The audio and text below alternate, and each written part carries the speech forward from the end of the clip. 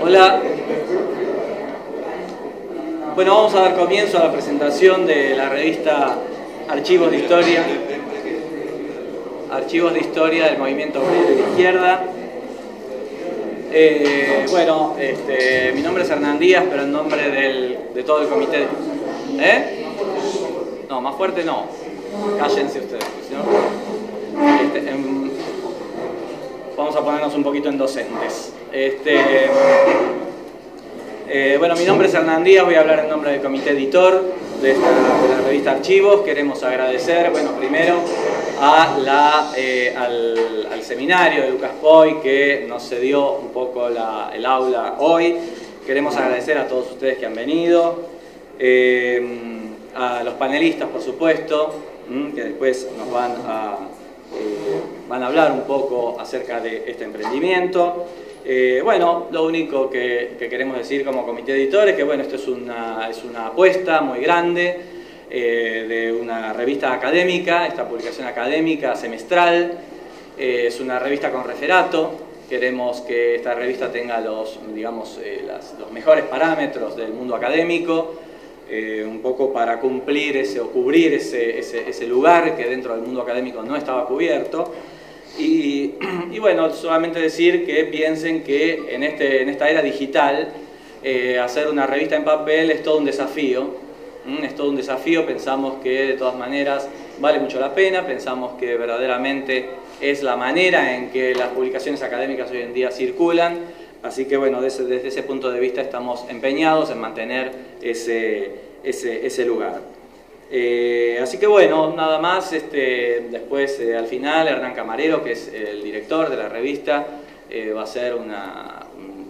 a dar un panorama más ideológico sobre lo que queremos hacer con esta revista, pero sencillamente no solamente llamamos a comprarla, e incluso regalarla también, ahora que viene fin de año, también puede tomar, regalarla a sus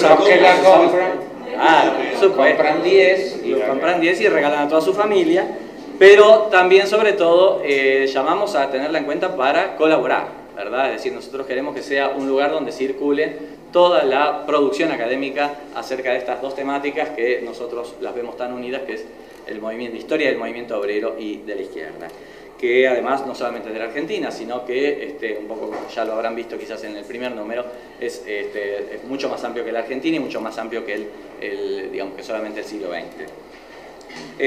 Así que nada más, les presento ahora, va a hablar con nosotros en primer lugar Alejandro Schneider, que es doctor en Historia de la Universidad de La Plata y además es profesor regular en esta facultad y en la Facultad de Ciencias Sociales de la UBA y en la Universidad de La Plata también.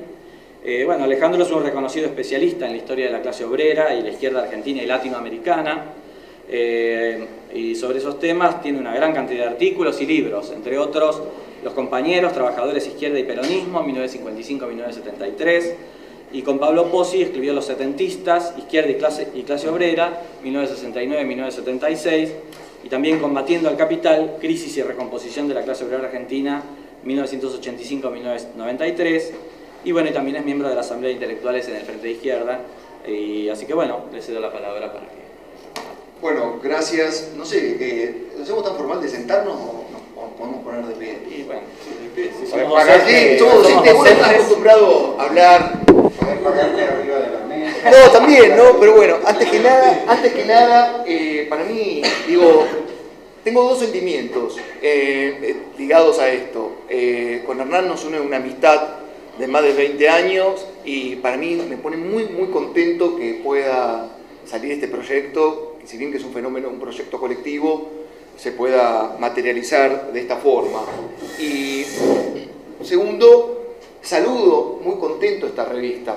¿Por qué? Y un poco cuando Hernán el lunes conversábamos un poco sobre la presentación y demás, y con quién iba a integrar la mesa, yo dije, mirá, yo mucho no puedo aportar, acá hay gente que sabe. Yo lo que puedo contar un poquito algo es lo que venimos haciendo con él y otros compañeros durante años, bregando por esta cuestión de darle importancia a la historia de la clase obrera. Y me quería detener a pensar en estas cuestiones.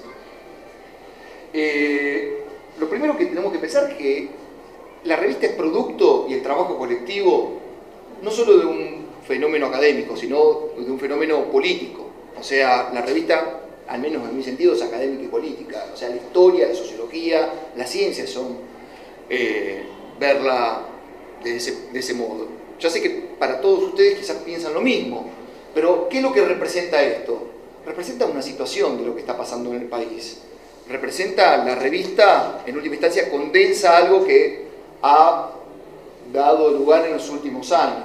Mi mirada, me parece, me puedo equivocar o no, que es que salga una revista sobre el movimiento obrero, es que nuevamente la discusión del movimiento obrero, por suerte, está dándose más, desde las notas editoriales, desde las discusiones sobre la división de la CGT, desde los conflictos, la persecución a los delegados, como en el caso último de Kraft, las discusiones sobre, no sé, listas alternativas en distintos sindicatos. Me parece que hablar de clase obrera hoy nos resulta volver a hablar de algo más fácil. ¿Por qué?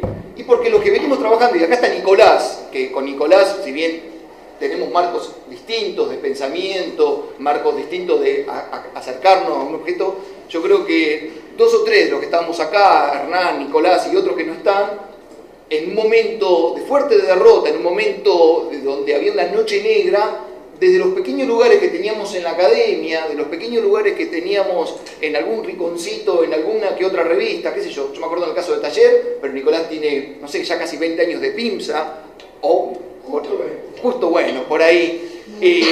Digo, veníamos en cierta forma bregando por este tema, y que hoy salga nuevamente una revista que exclusivamente plantee la cuestión del movimiento obrero izquierda, me parece significativo. El segundo punto, ¿por qué?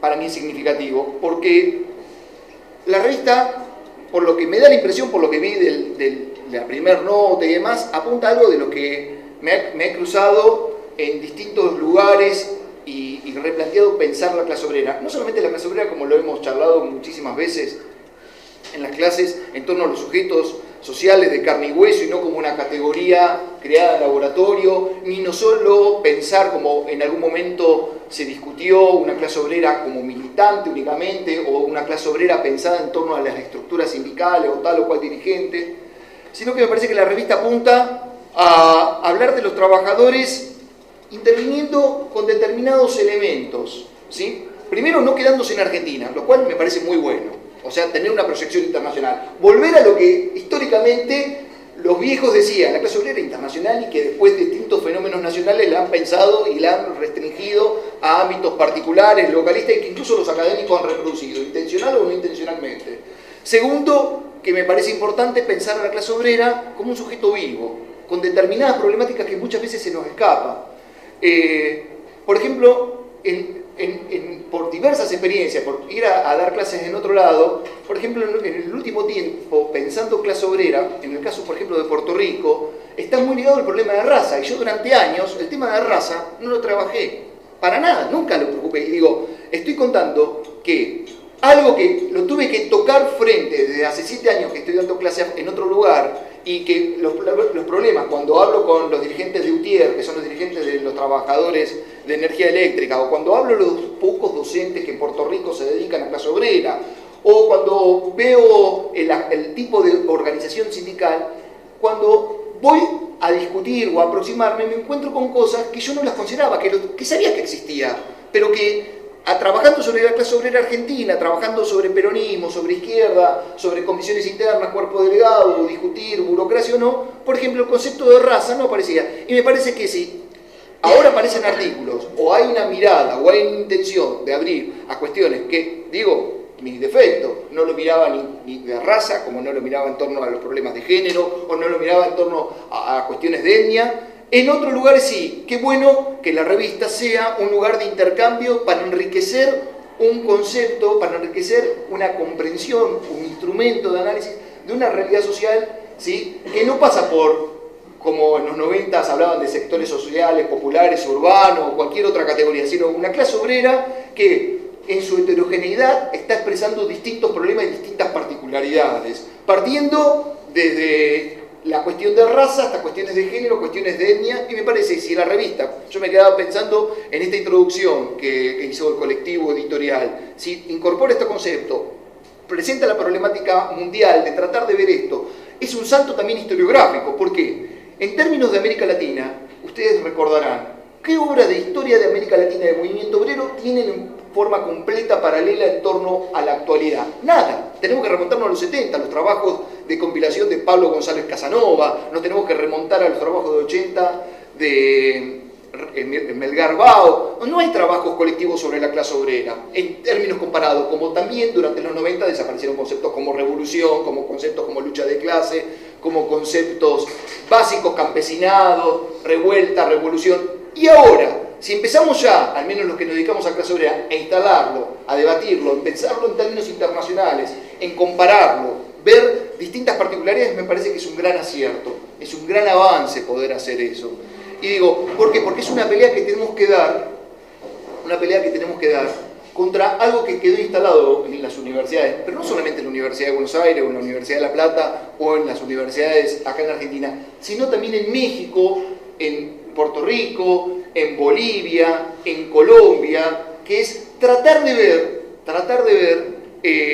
nuevamente a este sujeto social con todo un prisma, con toda una perspectiva que en todos los centros académicos ha perdido por la ofensiva neoliberal, por la ofensiva del capital, que en términos ideológicos ha plasmado en que sea más importante pensar en lo que sucede en una aldea, en un pueblito, que puede ser valioso o no, esa microhistoria, pero que ha tenido también una intencionalidad política. Y me parece que discutir esto es también una intencionalidad política. El volver a discutir una clase obrera por fuera de los marcos nacionales, complejizar el concepto, revalorizarlo, y por sobre todo, para aquellos que venimos marcados en la historia argentina con la experiencia del peronismo, que sigue estando marcada, también es un desafío.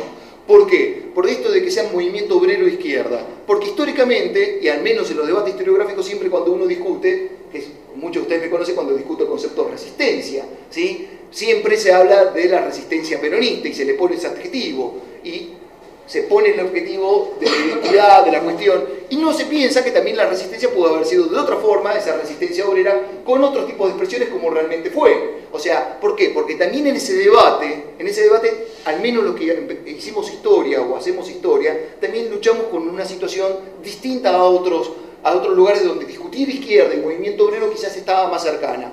Que una revista hoy vuelva a discutir la relación de izquierda y movimiento obrero es fantástico, me parece bien. Digo, ¿por qué? Porque sirve también para romper con cierta historiografía que estuvo presente y que sigue estando presente de asociar clase obrera y peronismo, ¿sí? Y que además esa discusión se extienda para estudiar la izquierda, que es lo que sería, me parece, lo tradicional y que no fue lo tradicional, lo normal y que fue toda una pelea. Bueno, bienvenido esta pelea y esta posibilidad y este lugar para debatir y demarcar distintas fronteras y problemas.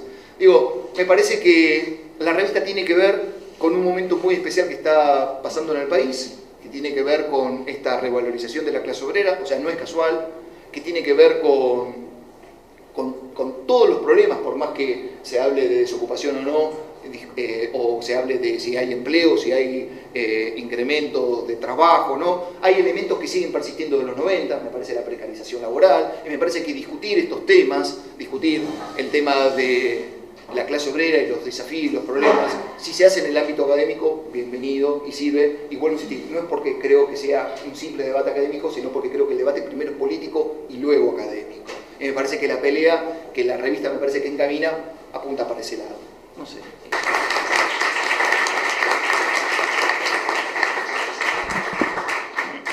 Bueno, buenas tardes, gracias por la invitación. Para mí también es muy especial la salida de archivos, porque creo que, como lo voy a tratar de argumentar, expresa no solo la consolidación de Hernán como referente intelectual e historiográfico, sino también algo quizás que es un poco más amplio, que es la aparición o la posibilidad de una nueva camada, de una nueva generación historiográfica de izquierda en la Universidad Argentina. Bueno, la primera cuestión que se presenta ya desde el formato de archivos es que en ese plano al menos recuerda a Nuevo Topo. En ese plano, el plano formal, absolutamente formal. Es decir, un dossier, una sección de artículos, un perfil, una crítica de libros, ¿no? La novedad es la sección de los documentos. Y esa similaridad formal, sin embargo, no oculta la ruptura, ¿no? Yo quiero interpretar archivos como una de las posibles salidas del agotamiento de Nuevo Topo, que fue una revista que salió entre el 2005 y 2011, en el marco de lo que llamábamos una sensibilidad de izquierda, que estaba vinculada con el 2001 y la apertura de una convivencia entre distintos puntos de vista, ¿no? Que dentro de un arco general de izquierda, sin embargo pronto se vio que no podía prosperar, ¿no? Que no podía ya tramitar lo que hacia el 2010 se había consolidado como una toma de posición necesaria, por un lado respecto del kirchnerismo, por algún sector del consejo editor de Nuevo Topo, por otro lado por la aparición del FIT, que también implicaba una toma de decisiones, y otras opciones que también existían en este consejo. Me parece que ese agotamiento de Nuevo Topo lo que expresó era la imposibilidad de contener en esa noción de sensibilidad de izquierda divergencias políticas que también tenían algunos ecos historiográficos. Pero en todo caso, sí creo que archivos es una de las posibles salidas, una de las alternativas a ese agotamiento o a ese fracaso de esa revista, en la cual, como ustedes saben, también Hernán participó.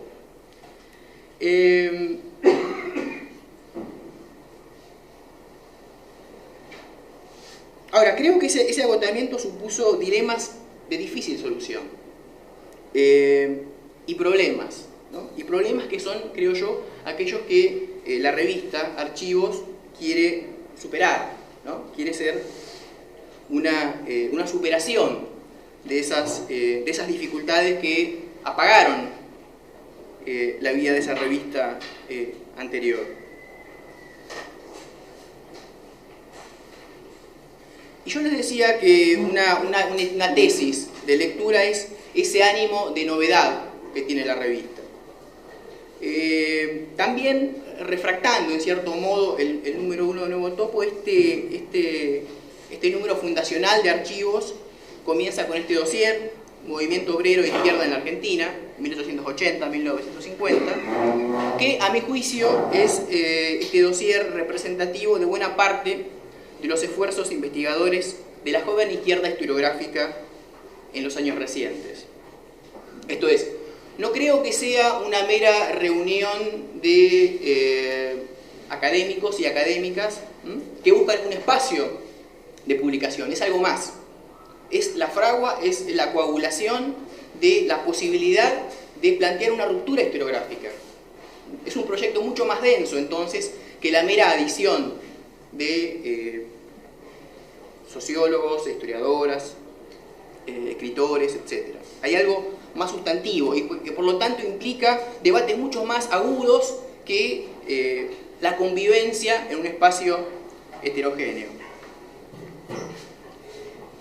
Creo que las preocupaciones de quienes escriben en este número es completamente diferente de aquellas que interrogaban a una generación historiográfica anterior. Diríamos aquella que en los años 80 construyó el campo profesional y que estaba estrechamente ligada a la problemática de la transición democrática, ¿no? Ese ya no es el problema hoy, ¿no? Ya no atraviesa las preocupaciones de quienes escriben en esta revista. Y me parece que uno puede extraer muchas consecuencias de ello. ¿Cuál es el problema que se encara? ¿Cuáles son los conceptos que están articulando estos textos? ¿Y qué es lo que queda por hacer?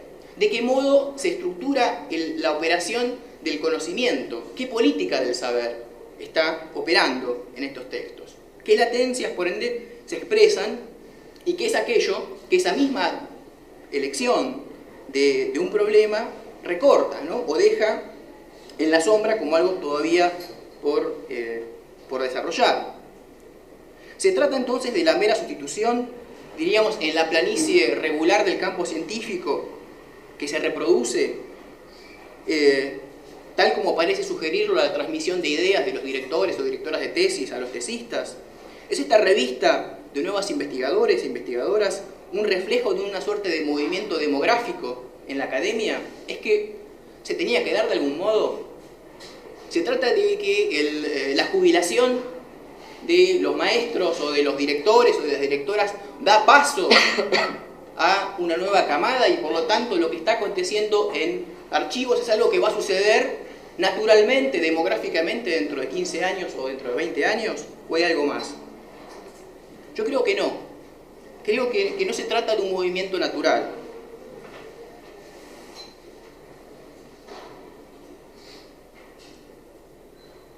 Me parece que los textos del número 1 de archivos, a pesar de la preeminencia que tiene Hernán como referente, yo no diría que son todos textos camareristas, ¿no? Hay una referencia central y hay un problema, ¿no? Es este vínculo entre lo que se llama el movimiento obrero, no clase obrera, ¿no? Movimiento obrero y la izquierda. Que esa fue una relación sustantiva y que esa relación puede ser investigada, que puede ser movilizada como un proyecto de investigación y articular una historiografía. Yo creo que eso, formulado así, se lo debemos a Hernán, ¿no? Y entonces creo que esa es la cobertura que a la conquista de la clase obrera provee y que sin embargo no agota de ninguna manera, diría yo, los puntos de fuga, los matices que están presentes en la revista, que de ninguna manera entonces intentaría reducir yo a una unidad. Ciertamente hay acuerdos fundamentales y creo que el primer acuerdo es la relevancia de la teoría crítica marxista como la brújula de la investigación.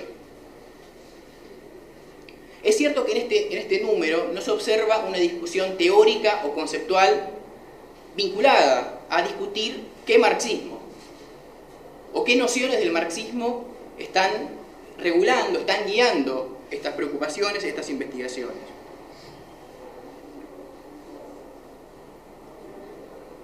Tampoco hay un debate en regla con otras opciones historiográficas que también se reivindican dentro del campo de la izquierda y de la izquierda marxista. Es decir, no hay una conversación con la propuesta del PIMSA, por ejemplo, ¿no? Que también es parte de este espacio, diría, de la posibilidad de reconstituir una historiografía de izquierda, no como mera adición, sino como proyecto intelectual. La relación con la historia intelectual del CEDIN sí es, diríamos, abordada parcialmente en algunos de los textos, pero en algún caso es directamente confrontada. Digo, allí hay una, en el CEDIN, en Tarkus concretamente, allí hay una operación muy clara de definir una historiografía de izquierda particular. Y me parece que ahí no hay un debate, como tampoco lo hay con el proyecto de Razón y Revolución.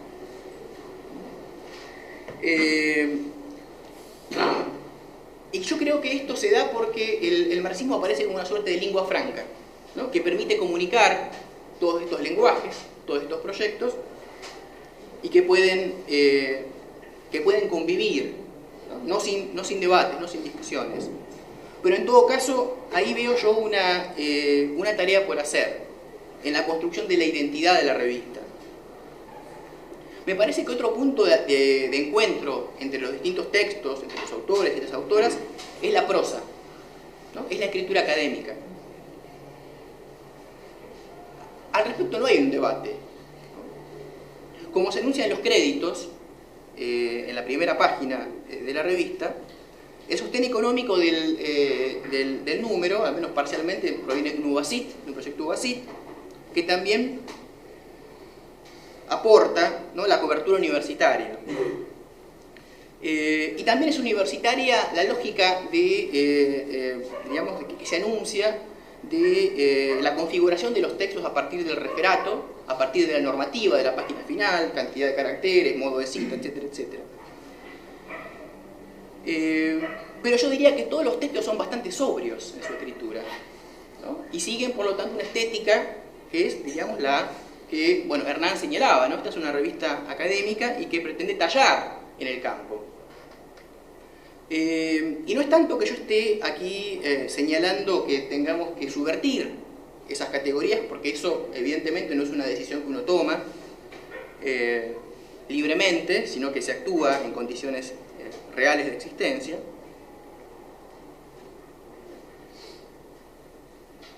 Pero en todo caso, allí hay una idea de la ciencia que está operando, una idea, un concepto de la expresión, una estética, yo diría, y que supone la adopción de esa dinámica propia de la sociedad capitalista, que es la de generar espacios específicos donde prevalecen dinámicas de legitimación autónomos, los famosos campos intelectuales, los campos académicos, y esto aparece como un no problema, ¿no? Y yo creo que ahí también hay otra dimensión que esta novedad, esta importancia de esta revista pone de manifiesto.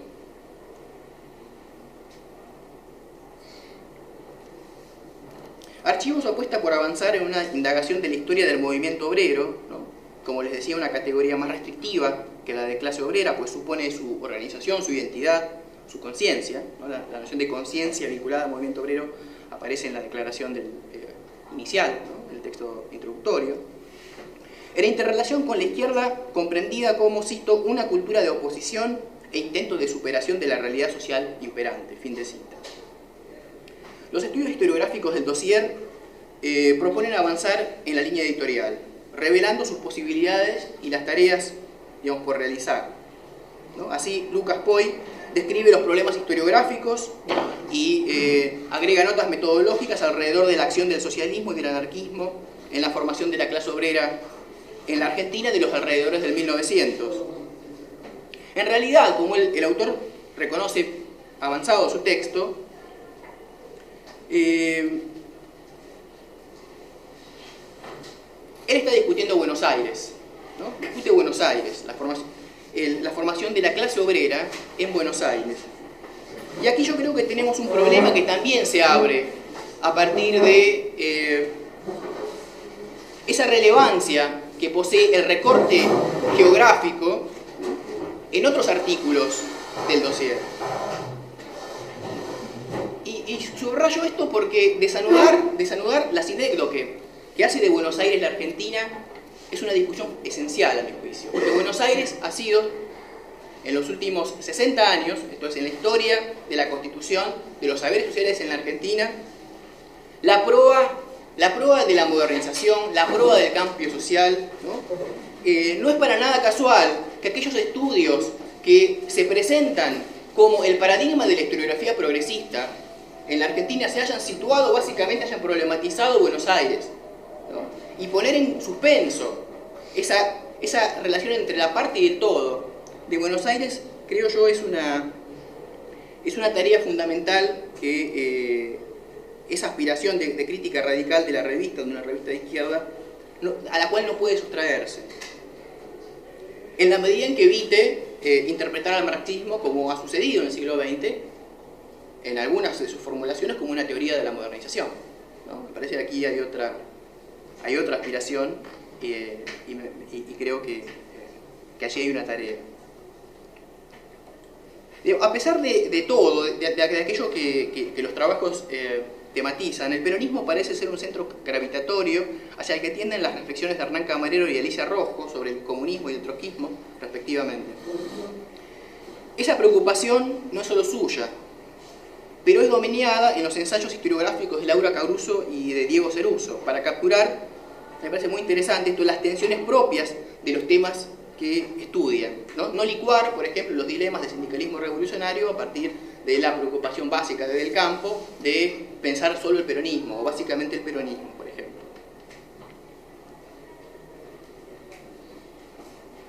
Me pareció también muy interesante el modo en el cual Mila Schenkman nos provee un relevamiento del quehacer y el legado histórico de David Montgomery. ¿No? Porque la autora, al mismo tiempo que destaca, ¿no?, la trayectoria de Montgomery y valora sus aportes, señala lo que ella denomina los límites, ¿no?, los límites culturalistas y la tendencia pluralista de esta nueva historia del trabajo que caracteriza a Montgomery. Bueno, la sección reseña siempre es difícil, ¿no? Es una sección difícil la de reseñas. Digo, no es sencillo someter al sedazo crítico las obras de los colegas, de los amigos, de la gente cercana, porque siempre queda algún contuso, siempre hay heridas ahí que son después muy difíciles de cerrar. Bueno, Paula Varela discute a van der Linden en su propuesta de tratar a las clases subalternas, esa categoría.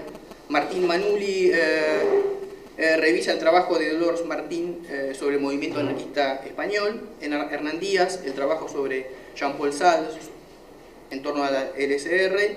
Y Walter Kopman, la noción del marxismo que propone Aricó en su exilio mexicano. Pero en todo caso estamos hablando de textos extranjeros, ¿no?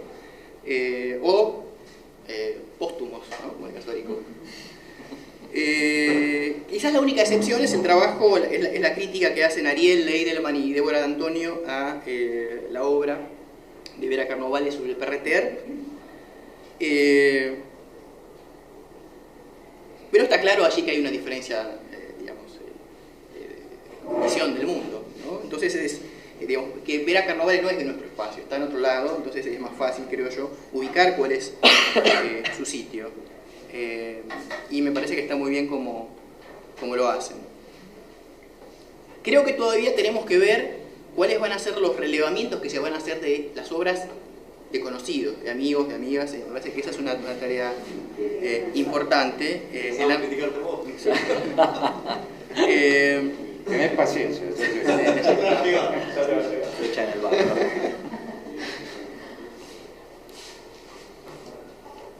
Digo, a pesar de todas estas diferencias, yo creo que hay buenas razones para afirmar que este número encarna una obra colectiva sobre la clase obrera, el movimiento obrero y la izquierda. No solo como realidad concreta de las discusiones que promueve Hernán, sino también como perspectiva, ¿no? Atardecidas las teorías de la disolución de la clase obrera, cuestionada la noción que hacía una ecuación simplificadora entre clase obrera e industrialismo, y renacida la relevancia nacional del sindicalismo, de lo que hablaba un poco, creo yo, Alejandro, ¿no? El proletariado ha vuelto a escena. Y creo que hay una consecuencia allí política, ¿no? Y es el debate que nos debemos sobre el socialismo, ¿no? Me parece que es muy claro que quien no hable de clase obrera no puede hablar de socialismo adecuadamente. Durante varias décadas los movimientos sociales fueron presentados como los sucesores de la clase obrera, ¿no? Como la sustitución de una clase que habría sido integrada al capitalismo.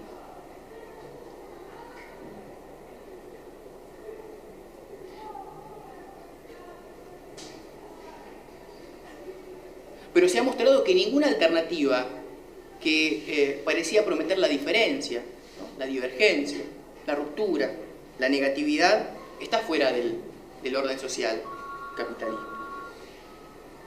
Ahora, esta centralidad de la clase, sin embargo, como les decía, es problemática. Y ahí tenemos una discusión, me parece, porque no es cierto que la historiografía académica rechace el concepto de clase.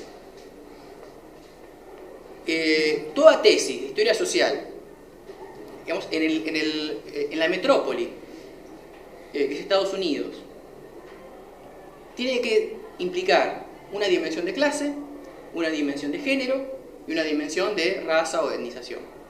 Eso es el ABC para hacer una obra sofisticada. ¿Cuál es la diferencia con el análisis marxista? Es que cada uno de esas dimensiones aparecen como factores o aspectos, ¿sí?, que tienen que ser conjugados en una obra, diríamos, compleja, pero que tienen como, yo diría que este es el punto fundamental, que dejan de lado la noción de una totalidad social. Esto es, el análisis de una lógica social que estructura, que media el conjunto de las relaciones sociales en su diferencia y que produce su propia diferencia, y que es la lógica del capital, ¿no? Y creo que ahí es donde donde yace el debate conceptual, el debate teórico, el debate de una política del conocimiento, y que es por otra parte donde se conjuga, creo yo, la posibilidad de articular política e historia.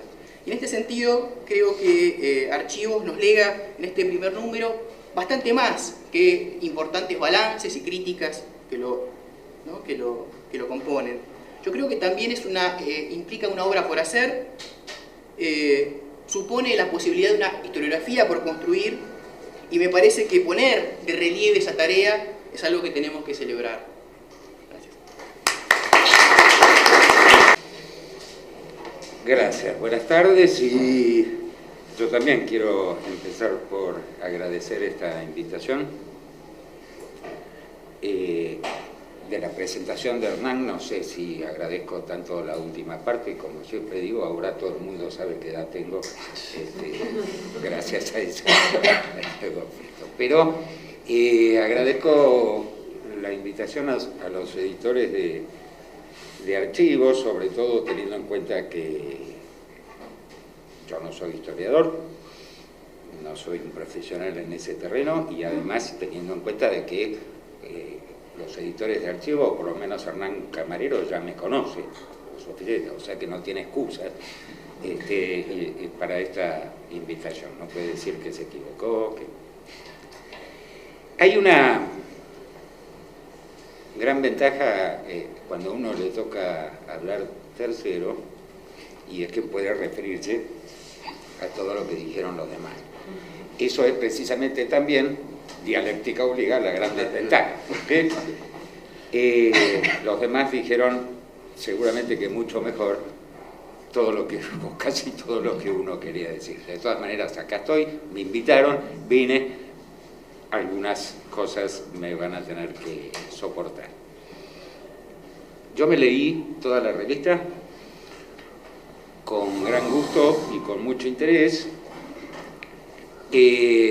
No voy a comentar los textos, eso se hizo ya suficientemente, me parece, sobre todo lo acaba de hacer muy exhaustivamente Omar, y además me parece que sería ocioso que yo tratara de parafrasear una enorme cantidad y diversidad de aproximaciones al gran eje central de la revista, cuando ustedes van a tener el placer también y el gusto de leerlas, y yo no tendría la competencia suficiente para ahondar en todos ellos.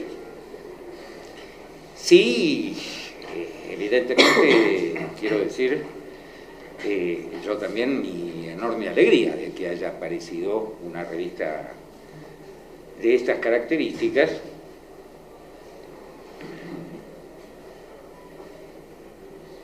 Seguramente en un momento y en un contexto particular, como acá también se señaló, si bien uno siempre se pregunta cuál es la oportunidad de publicación de una revista sobre la historia del movimiento obrero y de la izquierda, y la respuesta sencillamente es siempre, siempre debería ser una buena oportunidad para publicar una revista sobre esos temas, pero justamente se hace tan poco que entonces se redobla la buena oportunidad de que en este momento aparezca esta revista. Quiero decir, un contexto, como señalan los propios editores,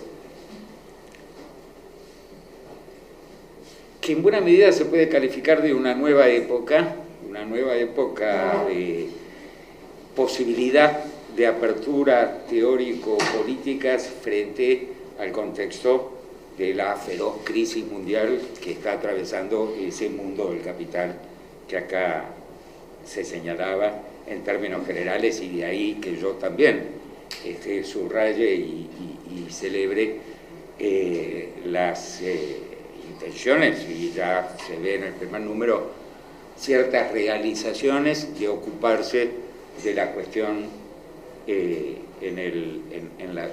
toda su dimensión global o internacional. Y en el caso particular de la Argentina y de yo diría, Latinoamérica, también en buena medida, esa oportunidad no es menor, digo, la de reintroducir críticamente y de manera muy fuerte la temática de la historia del movimiento obrero y también, al pasar, se señaló acá, de la propia categoría, del propio concepto de movimiento obrero, que es una categoría y un concepto que ha estado sometido, todos lo sabemos, a una suerte de reapropiación deformante que termina inevitablemente en su disolución en los aparatos del Estado, incluidos los burocráticos sindicales y, por supuesto, aquello que canónicamente llamaba Althusser los aparatos ideológicos del Estado. Es entonces, me parece, una gran oportunidad la de repensar, volver a pensar críticamente conceptos como el de movimiento obrero o izquierda, hacerlo sin prejuicios ni rigideces doctrinarias, pero, y atendiendo por supuesto a todas sus complejidades y matices, pero desde lo que a mí me parece entrever como una posición firme, que es la posición de la independencia de clase. No en tanto constatación de algo realmente existente, que eso sabemos que es altamente problemático en la Argentina y en el mundo de hoy, sino como una plataforma, una perspectiva, un punto de vista, si puedo decirlo así, que es una plataforma y una perspectiva teórico-política, pero también, si se me permite la solemnidad, epistemológica. Quiero decir que partir del criterio, del horizonte, de la matriz de una autonomía de clase para el movimiento obrero y del lugar que presuntamente esa autonomía de clase ocupa, podría ocupar, debiera ocupar en el proceso de la lucha de clases, otro de los conceptos que acá se mencionaron y que también han sido demolidos durante tantas décadas. Hacer todo eso, quiero decir, supone una cierta forma de construir el objeto de estudio. Esto me parece importante señalarlo porque efectivamente uno podría extrañar, como decía Omar, cierto mayor riesgo ensayístico crítico en algunos de los textos, en el mejor sentido del término, o un apego a los parámetros más o menos convencionales o tradicionales de la escritura y el género mismo académico, pero sin embargo me gustaría señalar, para ser justos, que la contrapartida para mí decisiva de esto, que puede tener muchas explicaciones, cuando se hace en el contexto finalmente de uno de los aparatos ideológicos del Estado, para volver a ese concepto, como es la universidad pública y en este caso la Universidad de Buenos Aires. Digo, la contrapartida de todo esto es esa perspectiva de construcción de su objeto de estudio que con todo lo rigurosamente académica que pueda ser, tanto que pueda intentar ser la revista tanto desde el punto de vista de su contenido como desde el punto de vista formal, se diferencia radicalmente de toda ilusión de neutralidad valorativa, objetividad científica en el sentido cientificista del término, y se diferencia también porque adopta esa perspectiva teórico-política, teórica, pero también política, de la tentación de dejar capturar una noción, una categoría como la del movimiento obrero por las diversas, múltiples, matizadas variantes del nacionalpopulismo, del progresismo, del socialdemocratismo o como se quiera decir. Esta elección, digo, tiene consecuencias seguramente teóricas e historiográficas de importante alcance y también inevitablemente consecuencias políticas, que es la de un combate contra esta eliminación de la diferencia específica, diría yo, del movimiento obrero en el seno de la lucha de clases, de la diferencia específica del movimiento obrero como realidad, como proceso complejo y como concepto teórico. Digo, ahí me parece que hay... Omar señalaba algo muy interesante: no se puede, en términos teóricos, hablar, en términos teóricos desde una perspectiva marxista, aún tomada como esa lengua franca que él decía, no se puede hablar del movimiento obrero o de la lucha de clases como se habla de tantas otras cosas, como si fuera un componente más de una suerte de trama compleja, de una suerte de rompecabezas teórico-académico que hay que completar en todas sus piezas. No, eso introduce una dislocación precisamente de esa trama y de ese supuesto rompecabezas, que es una dislocación teórico-política, es una dislocación, eso que no es un componente, sino que es el lugar desde el cual, cuando alguien se reivindica marxista, linguofranquista, incluso en el más amplio sentido del término, es el lugar desde el cual se piensa. Y es el lugar que descompone toda posibilidad de armar una de esas componendas académicas, ¿no es cierto?, donde todos los elementos entran en una especie de equilibrio y está todo bien, y es una tesis que saca magna cum laude porque no se olvidó de poner nada en el índice y en la bibliografía. Y ese componente, que no es un componente, tengo la tentación de recordar una famosa expresión de Rancière que dice la parte que no tiene parte, ¿no es cierto? La parte que no entra en esas componendas, que queda fuera y que sin embargo cuando se la adopta esa parte como perspectiva, esa totalidad a la que se refería Omar da una imagen radicalmente diferente, que es una parte que entonces esto altera, disloca la cuestión histórica, la cuestión política, me animaría a decir la cuestión cultural y hasta filosófica.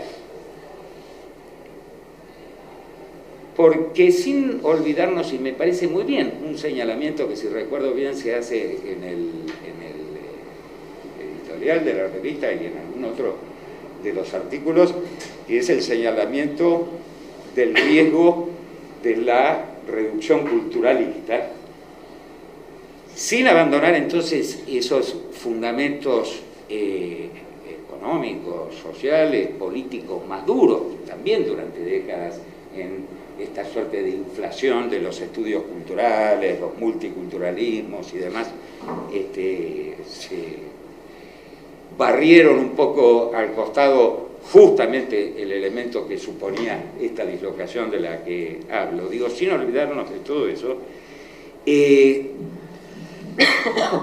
hay una cosa que me da la impresión siempre, pero puede ser mi poco conocimiento del terreno, que está, como si dijéramos, descuidada, que es este efecto cultural del movimiento obrero. Me refiero no solamente a el movimiento obrero como cultura en sí mismo, que hay sí muchísima historiografía sobre eso, bueno, ejemplarmente los trabajos de Thompson o toda esa escuela, sino los efectos culturales del movimiento obrero sobre la sociedad en su conjunto, sobre la civilización, si se la puedo llamar así, en su conjunto, efectos que por supuesto muchas veces no son conscientes, o son conscientemente negados, o son inconscientemente asumidos pero no reconocidos como tales, y que sin embargo, de manera cada vez más me parece que decisiva, constituyen eso que Fredric Jameson, con un atrevimiento, trasladando un concepto de otra disciplina, se atrevió alguna vez a llamar el inconsciente político, ¿no es cierto?, de la cultura y de la sociedad. Volver sobre todas estas cosas que durante tanto tiempo también ellas fueron descontadas como anomalía en la era del triunfo del sociometabolismo del capital, como diría Mésaros, supone, decía yo, la construcción o la reconstrucción de una nueva lógica crítica de el objeto teórico, y es una construcción que, hecha desde esta perspectiva, por supuesto y por suerte, y es otra cosa para celebrar, no tiene nada de inocente, porque es un modo de construcción, es un modo de producción, si puedo hacer esa paráfrasis del objeto teórico, que no solamente presupone, sino que en sí mismo produce una vez más una posición política que, por más revestida de toda esa formalidad académica que parezca, tiene el valor de no escamotearse a sí misma en ningún momento. Y otra cosa, o otro tanto, se podría decir del término izquierda, que figura también en la bajada del subtítulo de esta revista, ¿no? Entendida, me parece muy claramente, con todas las diferencias y matices internos que se quieran, pero entendida muy claramente, porque también, por supuesto, es otro término que ha sido sometido a una especie de licuación hasta casi hacerle perder sentido, como se decía en una época, entendida en este caso muy firmemente como una posición decididamente asumida como de anticapitalismo radical.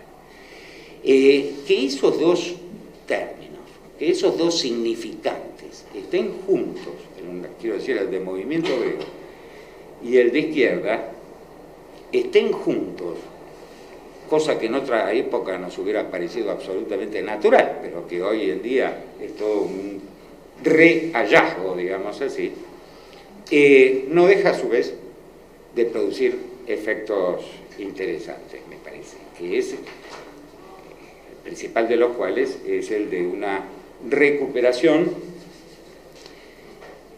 de una historia, la del movimiento obrero y la de la izquierda, que por supuesto no es una historia paralela, no es una historia de paralelas que a veces y contingentemente se tocan, sino que, pensada desde esta perspectiva, es una historia articulada sobre sí misma, digamos. Y a mí me parece un movimiento, un gesto, una operación absolutamente capital, valga el término, porque cuando el movimiento obrero es tomado, se mencionó acá, es tomado como un tema en sí mismo, como un objeto aislado, como un elemento más, como una suerte de abstracción, ¿no? Una suerte de significante flotante, hubiera dicho, fíjense que usó el término de Lévi-Strauss, ¿no? el de Laclau, que nunca lo entendí ni nunca me sirvió para nada, lo digo acá públicamente. Sí, digo, cuando es tomado de esa manera,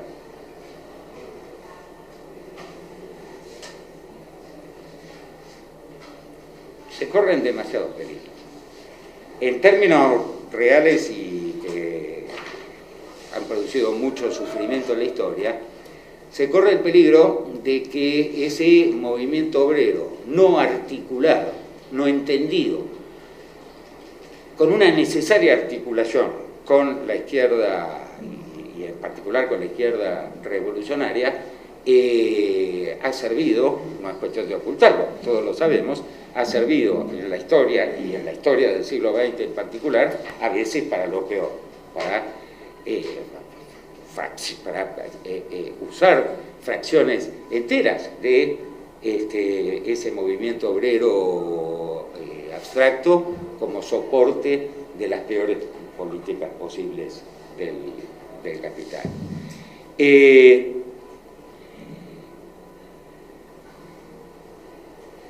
Eso es algo de lo que también quizás la revista tendría que dar cuenta, de qué ha sucedido en esos momentos, en esas zonas más oscuras de utilización de un movimiento obrero considerado por fuera de su sustancia política más originaria y más profunda que está dada por la izquierda revolucionaria, y que implica una diferencia que no es cualquiera, porque no voy a poder evitar remitirme a un gran autor, uno de mis favoritos pensadores del siglo XX, que es Walter Benjamin, cuando hablaba de lo que él llamaba la estetización de la política, ¿no es cierto? Es decir, la transformación de lo político, de la experiencia histórica, política de los sujetos en una suerte de bello espectáculo, ¿no? Y él adscribía eso al fascismo, e incluía en esta consideración lo que el fascismo, en un sentido lato pero riguroso del término, había hecho también con la clase y el movimiento obrero. Y cuando yo intentaba escribir algo sobre estas consideraciones de Benjamin, me tropecé con un extraordinario discurso de Mussolini, ¿no es cierto?, notable, donde Mussolini compara a la clase obrera y los sectores populares con una suerte de barro informe, ¿no es cierto?, que el Führer, el dirigente, el jefe, el hombre de Estado, puede moldear a su gusto, ¿no es cierto?, para, bueno, transformarlo en lo que mejor convenga a su política. Me pareció una ilustración extraordinaria, muy breve, muy condensada y extraordinaria, de esta idea de Benjamin de una estetización desde arriba, digamos así, de un movimiento obrero, de un concepto de clase obrera totalmente vaciada de contenido, abstraída de su esqueleto más íntimo, que es su relación también con la historia de la izquierda revolucionaria. Historia de la izquierda revolucionaria donde no hace falta que yo lo diga, la diferencia radical, por todo esto que acabo de decir, es la que se posiciona desde el acompañamiento, desde abajo, con todas sus complejidades, con todas sus contradicciones, con todas sus idas y vueltas, con todas sus derrotas, con todos sus avances y retrocesos de la construcción no solamente del concepto, sino de ese movimiento obrero revolucionario como tal.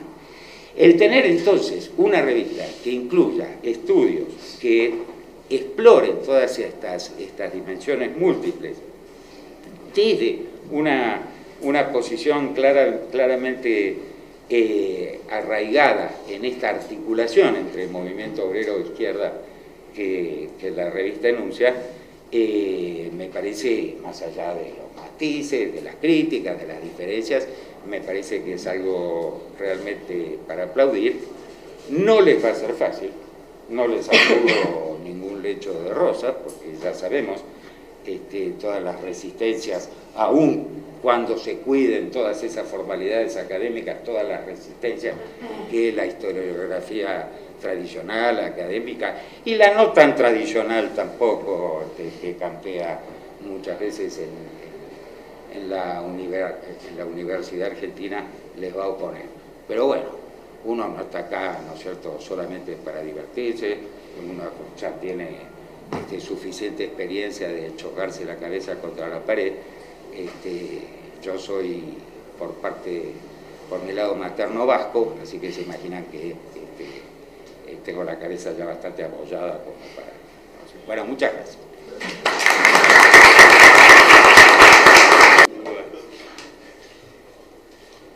Bueno, Eduardo dijo antes lo difícil que era hablar después de los dos expositores. Y bueno, a mí sí, me se va resulta, sumando. se va sumando dificultad. Bueno, lo primero es, en primer lugar, hacer una serie de agradecimientos. Primero, bueno, a la presencia de ustedes. Imaginábamos que iba a tener un eco la presentación del número de la revista, porque sabíamos que estábamos golpeando sobre un nervio muy importante desde el punto de vista intelectual, desde el punto de vista teórico y también desde el punto de vista militante. Pero bueno, nos satisface mucho la asistencia de todos ustedes y sobre todo además la presencia de tantos amigos, compañeros muy reconocidos. Voy a hacer un listado incompleto, pero la mirada, la presencia de Nicolás, que festejo, la presencia de Guillermo Almeida, un viejo militante, luchador, Débora, Julia, y bueno, se me hace, estoy olvidando de los cuantos. Así que bueno, realmente les agradezco la presencia de Ariel Eidelman, ahí mirando, con la mirada fija. Y creo que ese agradecimiento lo hago a nombre personal y a nombre de todo el comité editorial, que efectivamente, como le ha sugerido Omar, este es un emprendimiento verdaderamente colectivo y creo que ese rasgo se nota en el producto final, ¿no? y el camino, en el recorrido que estamos haciendo. Y por supuesto el agradecimiento a los compañeros que están hoy presentes acá. Alejandro lo ha dicho, hay una vieja relación, somos viejos amigos o amigos viejos, el más viejo todavía. El primer libro lo sacamos allá en el año 91. Antiguos amigos. Antiguos. En el año, fíjense, 1991, ya 21 años. Alejandro tenía pelo. Un matrimonio. Un viejo matrimonio. No duró tanto. Claro. Pasame la receta porque Por eso, nunca me duró tanto. La presencia entonces de Alejandro, que valoro mucho las palabras de él. La intervención de Omar, bueno, Omar también es un viejo amigo, que hemos compartido proyectos juntos, bueno, ha hecho incluso una radiografía y un balance, después yo voy a hacer referencia a eso, pero es muy interesante precisamente discutir sobre esa apuesta común, el modo como surgió, se desenvolvió y finalmente murió, o fue muerta, ¿no? Para superarla, intentar superarla, que fue la experiencia de la revista Nuevo Topo.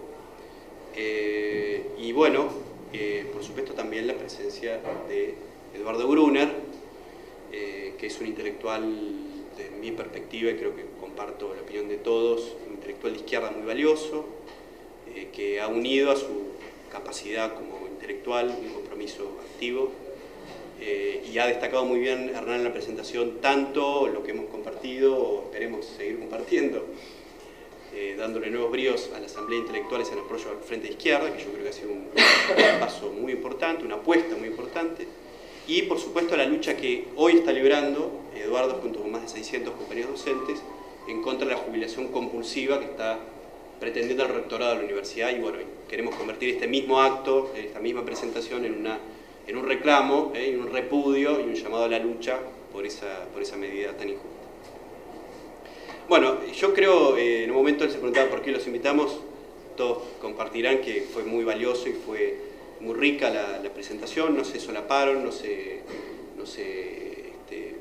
pisaron uno con el otro, fueron intervenciones bien diferentes y de un modo u otro hicieron bueno, referencias, buenos augurios, comentarios, incluso recomendaciones y consejos que yo anoté con mucha claridad y que creo que nos pueden servir para afinar mejor el lápiz de este proyecto.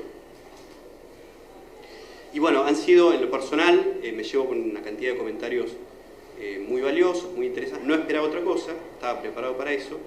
Y bueno, ellos han planteado, yo creo que de un modo u otro, los desafíos que tiene planteada esta revista que hoy está iniciando su travesía, Archivo de Historia del Movimiento Obrero Izquierdo. Por supuesto, son desafíos que los encaramos con mucha alegría, los encaramos como retos a vencer, y yo creo que podrían enunciarse en 2 o 3 sentidos. En primer lugar, yo creo que hay un desafío, tiene planteado un desafío esta revista, por lo que implica como proyecto, digamos, como apuesta colectiva. Archivos, aquí bien se dijo, es un proyecto colectivo de un grupo de compañeros y compañeras que buscamos una suerte de síntesis creativa con un perfil muy delimitado en nuestro proyecto. Y bueno, cada uno de nosotros, en mayor o en menor medida, pudo o puede emplear el tiempo que ha insumido, que está insumiendo y que va a seguir insumiendo el armado de esta revista, que ustedes se imaginan es mucho. Aquí se hace referencia a eso. Efectivamente, sacamos el número 1, el desafío es... Lenin decía, no me traigan el número 1 de una revista, traigan por lo menos el número 10, a ver si hay continuidad. Bueno, efectivamente, está planteado como desafío su perdurabilidad. Estamos convencidos, muy entusiasmados, que este proyecto tiene larga vida. Creemos que arrancamos sobre pilares firmes, pero es un desafío, obviamente, incluso algo que no ha sido casi mencionado, que es su edición en papel, ¿no? Es casi un debate específico. Estamos aquí reafirmando, apostando a la vieja, en contra de las concepciones posmodernismo tecnológico, a una revista en papel, lo cual implica, por supuesto, se imaginan... La verdadera izquierda es conservadora. Es conservadora. Bueno, algunas cosas hay que conservar. Lo que vale la pena conservar. Lo que vale la pena. Igual que el movimiento obrero. Igual que, por ejemplo. Y que la izquierda. Sí, un trabajo enorme, por supuesto, del cual, bueno, no voy a hacer referencia, pero ustedes lo conocen, lo que ha sido el trabajo enorme de pensar esta revista, pensar sus rasgos fundamentales, sus pilares como proyecto, las secciones, comenzar a escribirla, pedir artículos, corregirla, armar la tapa, maquetarla, editarla, ver el papel, distribuirla, venderla. A propósito, todos me imagino la habrán comprado, si no la tienen ahí para comprar. Y bueno, un trabajo enorme que obviamente, bueno, se distrae de los, bueno, si se quiere, de los propios asuntos, de las propias investigaciones, ¿no? O de nuestras propias publicaciones, escritos, artículos, libros. Y sin embargo, bueno, haciendo archivos, haciendo esta revista, estamos, bueno, en buena medida apostando a suspender o a tensionar, bueno, y por supuesto a potenciar esas individualidades. Y bueno, claro, potenciarlas en un producto que precisamente es colectivo. Es decir, en ese sentido no sentimos que estamos perdiendo el tiempo, ¿no? Que estamos limitándonos en nuestra individualidad, sino que estamos precisamente potenciando. Y lo hacemos porque consideramos que así trabajamos mejor, pensamos mejor. Que en los diálogos, en los intercambios, en las discusiones que se imaginan que tenemos como colectivo y tendremos, bueno, de alguna manera todos ganamos y afinamos en la calidad de nuestras ideas y en tornar más potentes, más eficaces nuestra intervención intelectual, pero también social y política. Y bueno, también sabemos, por cierto, porque lo aprendimos de otras experiencias realizadas, y aquí hizo una alusión en el sentido Omar, que nos hacemos colectivo en tanto partícipes no solo de una mancomunidad, digamos, afectiva, generacional, profesional, o por el placer gregario, por el placer puro de juntarnos, sino porque nos unen acuerdos firmes desde el punto de vista teórico, político e incluso interpretativo. Y aquí se ha expresado de muchos modos. Ese acuerdo yo lo graficaría en buena medida en el de, bueno, la necesidad de una crítica revolucionaria de la sociedad y el socialismo como horizonte de ideas y de acción. Entonces, quería primero referirme a este desafío entonces, que representa sacar hoy una revista como archivo. Archivos. Hemos discutido mucho y ya se me ha producido un lapsus en torno al nombre de la revista, que es Archivos, y no Archivo. Primero iba a ser el singular. Primero iba a ser el singular, y creo que era un secreto homenaje a la revista pensada por la primera escuela de Frankfurt, el Instituto de Investigaciones Sociales, cuando el autor marxista Karl Grunberg precisamente saca una revista para construir un programa. Bueno, no lo iba a decir en alemán para no impresionarlos, pero precisamente se llamaba Archivo de Historia del Movimiento Obrero. Claro. Estamos en sentido retomando una tradición firme. Bueno, en el segundo lugar, creo que hay un desafío en Archivos por ese carácter doble del propósito que asume, que aquí ha sido también evocado. Bueno, por una parte, todos habrán percatado que somos una revista académica, una revista que circula en el medio universitario. Nos definimos en un momento como una publicación científica. Yo diría que es bastante necio negar esa condición a quienes, bueno, poseemos justamente esa condición laboral profesional. Bueno, en buena medida las culpas o la demagogia antiacademicista se la dejamos a los populistas y no la asumimos como tal. Y al mismo tiempo que estamos planteándonos como una revista que circula en el medio académico, en el medio universitario, apostamos una tensión a una superación de esa misma condición en el sentido de asumir una perspectiva explícitamente de izquierda, socialista y marxista, sin renunciar incluso a una perspectiva de compromiso militante.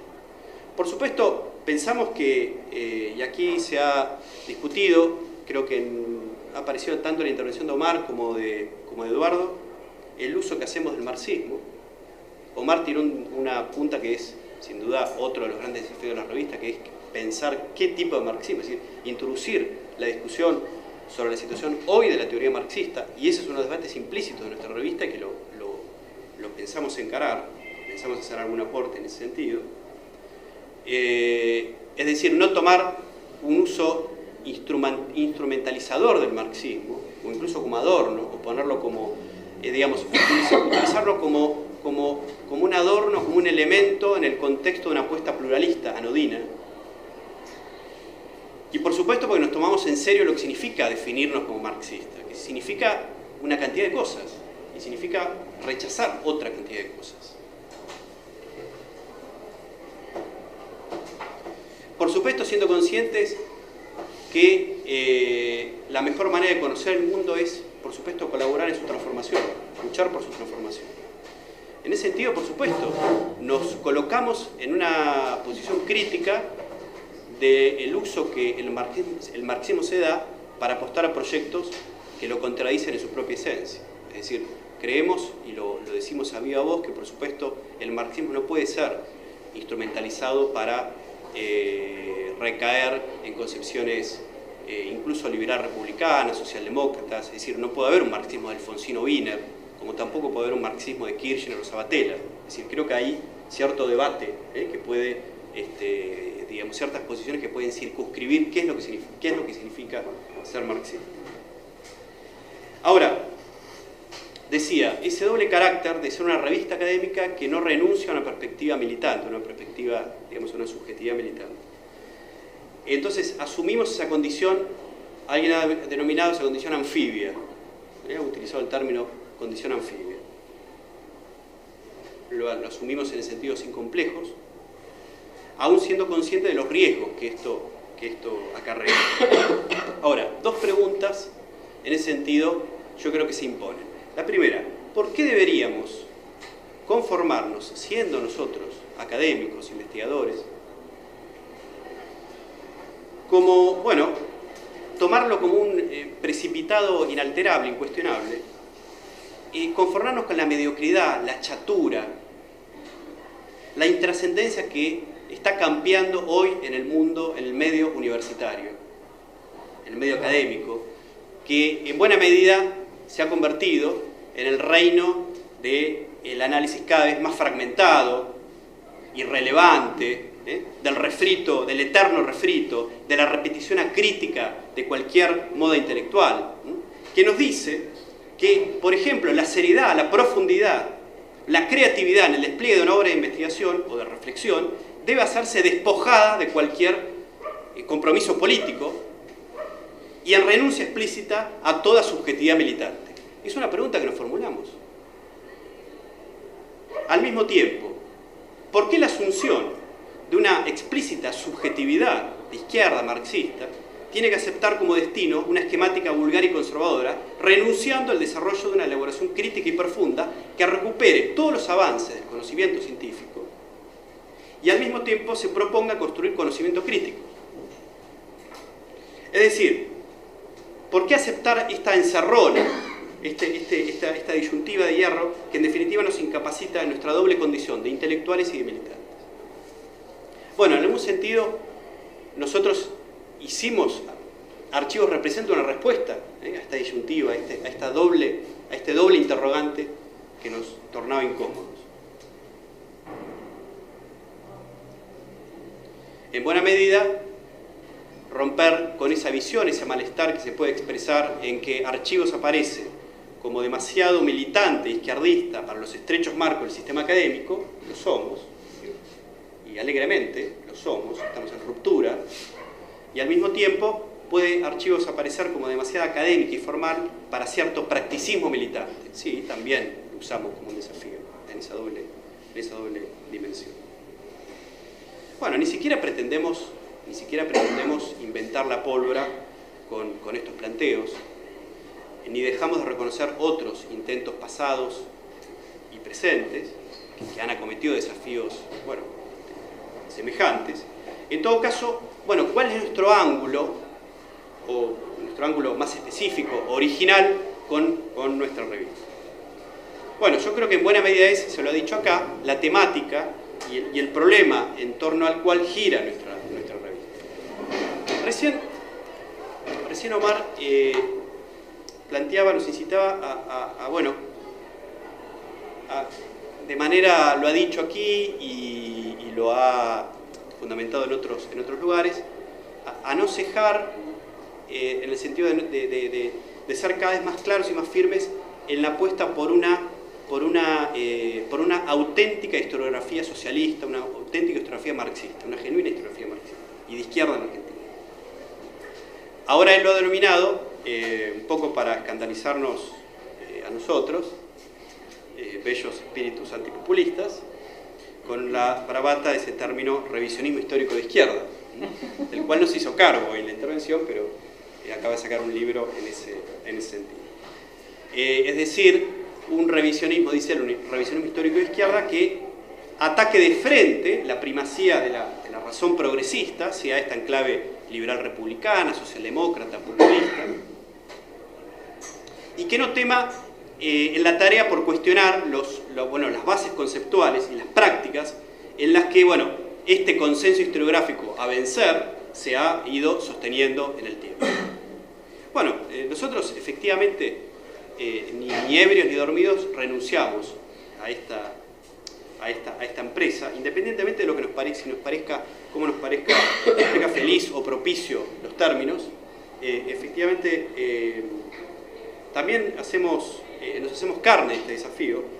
Ahora, el riesgo que creo no podemos permitirnos es que esta empresa naufrague en una enunciación voluntarista o generalista, o se distraiga en los prolegómenos de una pura crítica historiográfica y no consuma el acto.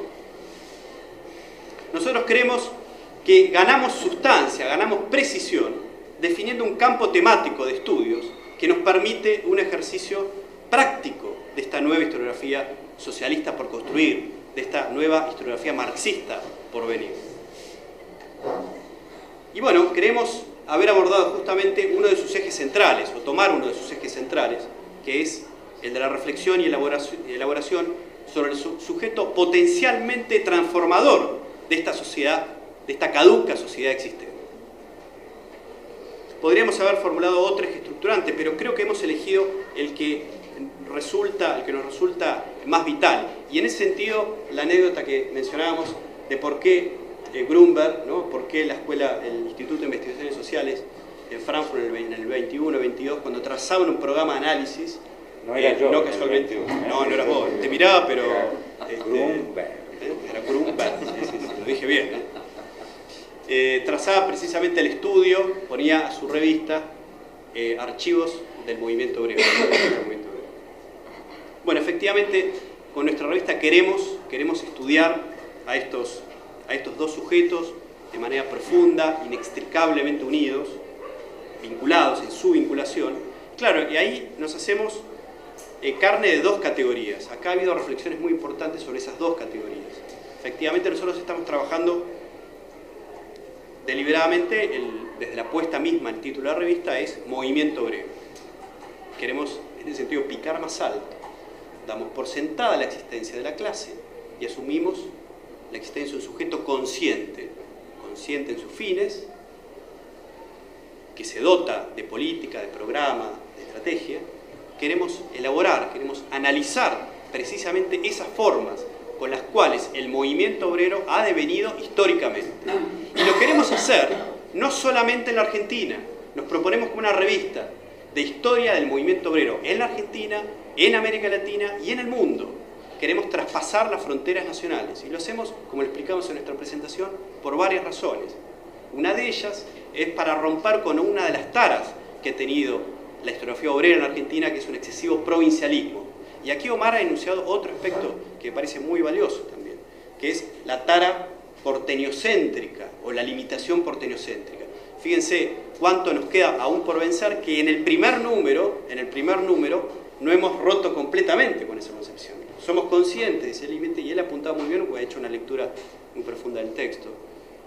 Y bueno, romper con el porteñocentrismo y romper con una visión estrechamente provincialista y nacionalista. Queremos hacer una historia del movimiento obrero a escala mundial, tomándolo como una categoría que adquiere mayor relevancia justamente ampliando la escala de análisis. Además, por otra parte, para enriquecernos del avance que ha habido en el estudio del movimiento obrero en el exterior. Por eso la apuesta, que se refleja en varios sentidos, de hacer traducciones, de publicar cosas del exterior, de apelar a un consejo asesor con fuerte composición internacional de compañeros del exterior, además de compañeros de la Argentina.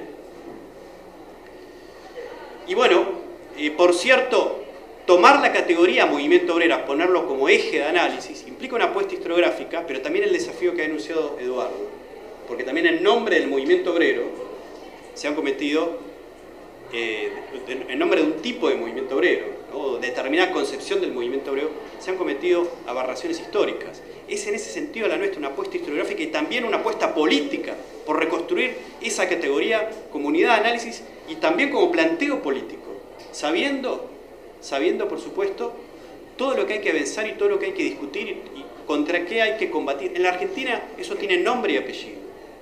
En los últimos 40, 50, 60 años, la categoría movimiento obrero en buena medida ha sido bastardeada por el peronismo.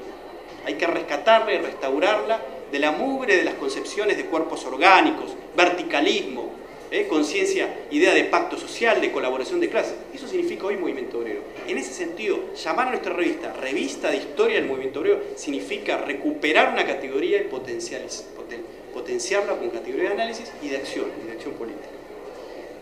Y efectivamente también la categoría izquierda. Somos una revista que pretende hacer historia de la izquierda. Es decir, la historia de esos sujetos políticos, teóricos, ideológicos que pensaron transformar, romper con esta sociedad, transformarla, revolucionarla, y lo han hecho de maneras distintas. Queremos explorar los modos como se construyó la historia, cómo se construyó la izquierda, cómo se transformó la izquierda a lo largo del tiempo, sabiendo que hay elementos de homogeneidad y elementos de heterogeneidad. Para capturar esos elementos de heterogeneidad, por eso apelamos a un estudio amplio, no solamente hacer una historia de la izquierda como muchas veces se ha hecho en la Argentina, que es una historia de la izquierda limitada a una mera historia de las ideas, desencarnadas de cualquier entramado social, ideas que flotan en el aire, o darle una prioridad totalmente excesiva a los intelectuales de izquierda. Pues no, nosotros queremos hacer una historia de la izquierda que, sin renunciar a la trama del plano de las ideas y al estudio de sus intelectuales, la entrelace con el movimiento social, el modo como la izquierda fue parte del movimiento social en la Argentina y el mundo. Por eso, el guiño a lo interdisciplinario no aparece como un saludo de la bandera. Estamos convencidos que la manera más adecuada de abordar estos dos sujetos separadamente y en vinculación es a partir de un enfoque interdisciplinario que recurra a los avances de la historia, de la sociología, de la ciencia política, de la antropología, de la filosofía, de los estudios culturales, de género. Esto que hacía alusión efectivamente Alejandro, que notó de nuestra apuesta, en el sentido de abrirnos al cruce, del modo como la clase se ha cruzado con otras perspectivas, género, raza. Bueno, son dilemas que nos está planteando hoy cómo se hace hoy historia del movimiento obrero. Se ha usado la palabra conservación. Podemos usarlo como somos conservadores por el papel y porque apelamos a una categoría que tiene 150 años. Y sí, por supuesto, nos identificamos en una tradición que tiene 150 años, que es el marxismo, pero de ningún modo renunciamos a la renovación de categorías, de conceptos. Todo lo contrario, lo hacemos explícito en nuestro primer número y vamos a apelar, pero lo vamos a hacer dentro de determinado marco, el marco que explicitamos en nuestro proyecto. El de una revista que se estructura firmemente en una perspectiva socialista y marxista. Decíamos también creo que lo explicitamos en el primer número, en nuestra editorial, que queríamos estudiar al movimiento obrero y a la izquierda, podremos decir de manera autónoma, separada, pero sobre todo de manera vinculada. Es decir, el modo como esos dos sujetos estuvieron intrínsecamente unidos y el modo por el cual no estuvieron unidos en el momento, es decir, las formas, las razones por las cuales se produjo un distanciamiento. Eso significa toda una apuesta, creo yo, metodológica, en la cual pretendemos hacernos muy fuertes con nuestro proyecto. Es decir, el modo como la izquierda coadyuvó en los primeros, y eso se ve en el caso de la Argentina, ¿no? Incluso el propio primer dossier que estamos presentando, el modo como la izquierda coadyuvó la constitución del movimiento obrero. Y por supuesto eso significa romper con las concepciones deterministas, con las concepciones objetivistas en el estudio de la clase, es decir, el papel que cumplieron los partidos, las corrientes, las ideologías, los debates programáticos, teóricos que se dieron para constituir eso que llamamos movimiento obrero, y el modo como el movimiento obrero como movimiento social afectó a la izquierda en su devenir. Es decir, la vinculación y la relación y el modo como se afectaron ambos sujetos. Y habrán visto que también lo estamos planteando a nuestra revista bajo límites temporales, podemos decir, y espaciales amplios. Esto ya lo hemos... no queremos ser una revista que, por ejemplo, evoque los buenos viejos tiempos. El primer dossier parece, ¿no?, un acto fallido, ¿no? Los buenos tiempos que se portaron en el año 45, pero no necesariamente. La idea firme que tiene nuestra revista es estudiar la historia completa del movimiento obrero, desde el momento de su configuración inicial hasta la actualidad presente. El próximo número va a estar presente un dossier que va justamente a aportar en este sentido. Es decir, tenemos el límite, la apertura temporal más amplia, completa del movimiento obrero, no limitado a un solo, no limitado en términos cronológicos. Y bueno, lo que antes enunciábamos, un límite espacial, geográfico, amplio, porque nos parece que es la manera más adecuada de estudiar a este actor. Bueno, ahí ha habido una serie de... Yo no sé cómo ando con el tiempo, estoy medio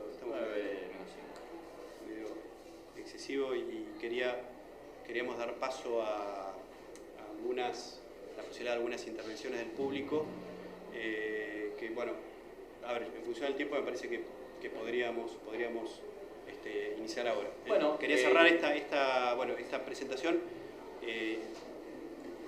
antes que me olvide, volviendo a agradecer las intervenciones de cada uno de los compañeros y bueno, una serie de cuestiones que me anoté que me parece que me sirven a mí y nos sirven a todos los que integramos esta revista para seguir pensando en los problemas que yo creo que están planteados como problemas centrales de nuestro proyecto. Bueno, y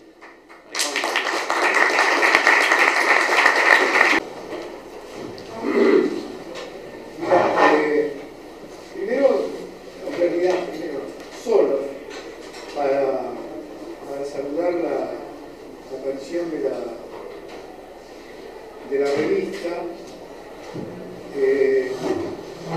Creo que fue Alejandro que hizo referencia a la soledad en que nos tuvimos que mover durante décadas, no solo por el neoliberalismo, sino también en la década del 80, donde los que hablábamos o los que trabajábamos desde la teoría marxista en el mundo de la investigación,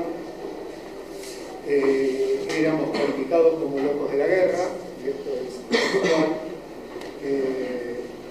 y por supuesto obsoletos, etcétera, etcétera. De manera que no puede más que producirnos una gran satisfacción que aparezcan otras revistas y otros grupos, no solo las revistas, sino otros grupos de investigación que trabajen en la misma corriente teórica y sobre un tema que a nosotros, si bien no es el único, nos convoca fuertemente. Creo que una cosa que dijo Alejandro es una gran verdad. El resurgir para el enemigo, porque para nosotros siempre estuvo, y objetivamente siempre estuvo, porque se lo puede demostrar por los datos de investigaciones que hemos hecho nosotros y que han hecho otros, incluso trabajando desde otros cuerpos teóricos, la presencia permanente del movimiento obrero a lo largo de todas estas décadas, pero negado en el mundo académico, negado en el mundo político, y del que ahora no tienen más remedio que aceptar su existencia. A mí me parece fantástico, ayer lo estaba comentando en el PINSA, Clarín publica el Manifiesto Comunista. Una teoría perimida, superada, decimonónica, de museo de gente que le gustan cosas muy viejas, polvorientas. Bueno, señor, la publica. Y, por otro lado, las banderas y las camisetas con la cara del Che, uno las puede ver bajo forma o en columnas muy diferentes, pero están. Entonces, creo que efectivamente estamos en un nuevo momento.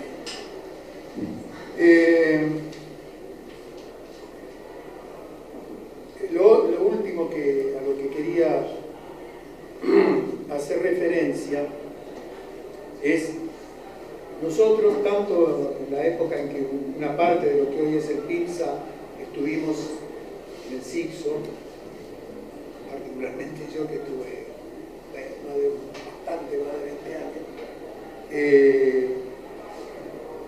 como ahora en el PINSA desde hace 20 años, cumplimos 20 años el año que viene, a comienzo del año que viene,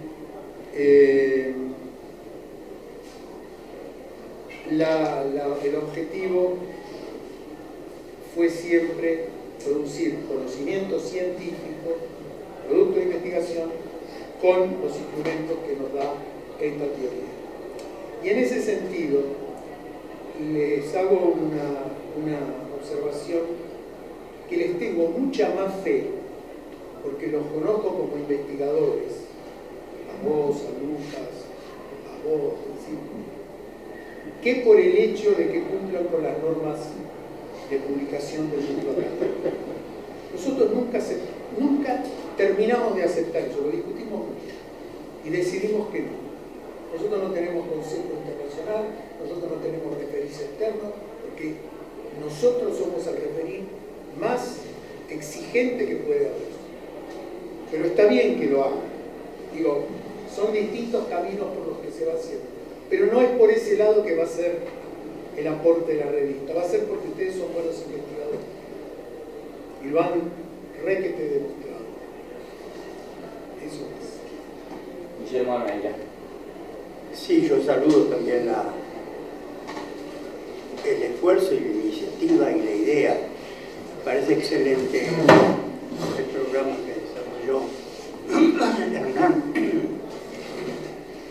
Me parece que una revista de ese tipo, si llegara a prosperar, tendría una importancia extraordinaria, no tanto en la Argentina, aunque la hagamos aquí, sino esencialmente en Venezuela, en Cuba, en los países donde todo el mundo se pregunta cómo salimos de esto. ¿Qué es una perspectiva socialista? ¿Cómo puede independizarse y funcionar un movimiento obrero por independencia de clase, por el socialismo? Las grandes preguntas de él. Y en otros países no habituados a la preparación teórica, mucho menos al marxismo, como México, pero que están en una situación gravísima de crisis profunda social, política, y de crisis también de tendencias electoralistas y de reforma del Estado ante la desaparición práctica del Estado, la transformación del Estado en un semi-Estado. Creo que hay que encarar la revista con ese criterio. Nosotros en el 79, digo nosotros, en ese entonces trabajaba con otro profesor de la UNAM, que era Adolfo Gili, y con Alberto Pla, y con alguna otra gente también, Michel Levy. Hicimos una revista que se llamaba Coyoacán en México, en el 79, cuyo comité de redacción no solo estaba compuesto por jóvenes académicos, que no se querían limitar a la academia, que buscaban llegar a la sociedad, y por sindicalistas revolucionarios de sindicatos importantes, como el de los electricistas, que acaba de ser destrozado en México, pero que ahí está todavía peleando y dando origen a ese fenómeno nuevo, que es la organización política de los trabajadores, un sindicato, un partido que integra a la izquierda y los sindicatos combativos, electricistas, tranviarios, mineros, ferroviarios, sectores petroleros, maestros. Entonces, esa revista duró 17 números, por lo que decía Lenin. Duró 17 números. No. Desgraciadamente la hacíamos a pulmón. La pagábamos nosotros, la vendíamos nosotros. Tenía bastante eco, vendíamos todos los números. Pero después me tuve que ir de México a Italia y el compañero no la mantuvieron. Él desapareció. Todavía hoy Barricar y otros dicen que es la revista marxista más importante, porque trataba la guerrilla en Nicaragua, en El Salvador, en ese entonces, antes del triunfo de los sandinistas. Teníamos varios de los combatientes sandinistas en el comité de redacción. Lo de la tendencia proletaria. Ninguno de ellos orteguista actualmente, por suerte. Y teníamos también mucha preocupación por el Brasil. Analizamos la huelga brasileña, el nacimiento del PT, estuvimos en el nacimiento del PT en Brasil, y después sobre todo el asunto en Polonia. El proceso combinado de solidaridad. Ese tipo de revista político-sindical de estudio del movimiento obrero, de análisis del marxismo, de discusión de los problemas del marxismo, tuvo un eco enorme. Se interrumpió por varias razones. Algunos de los que integraban el comité de redacción se fueron de México, como Alberto Pla. Otros se fueron a hacer carrera universitaria o a hacer carrera política en los partidos burgueses, como Adolfo Gili. Pero fue una cosa importante. Por eso siento un poco como si renovase el proyecto, si reapareciera el proyecto, porque inevitablemente ese es el proyecto que tiene que reaparecer en los momentos en que es posible que reaparezca. Yo ofrezco toda mi colaboración en lo que sea posible y, por supuesto, trataré de organizar en México una base de apoyo. Voy el sábado ahí, estaremos unos pocos días, pero ahí trataremos de darles.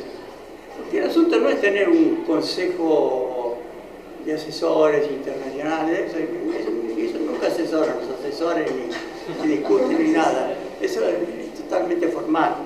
Es tener gente que se preocupe y que aporte ideas, noticias, discusiones, temas, que participe en un comité de redacción internacional, aunque no forme parte de eso, porque lo interesante es dar ideas.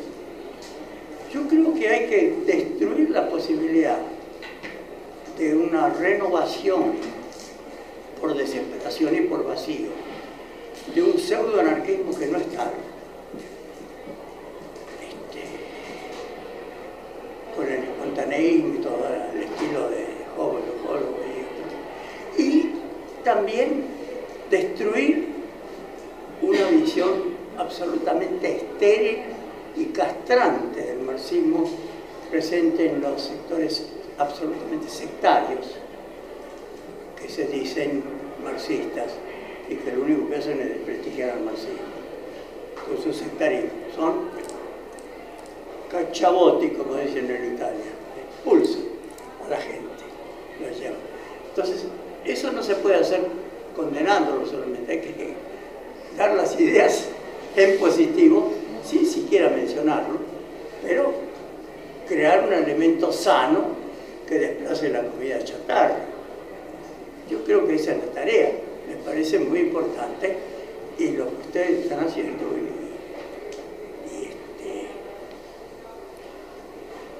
Yo me acerqué al movimiento obrero, me acerqué a los 13 años, ingresando en un partido que yo creía que era obrero.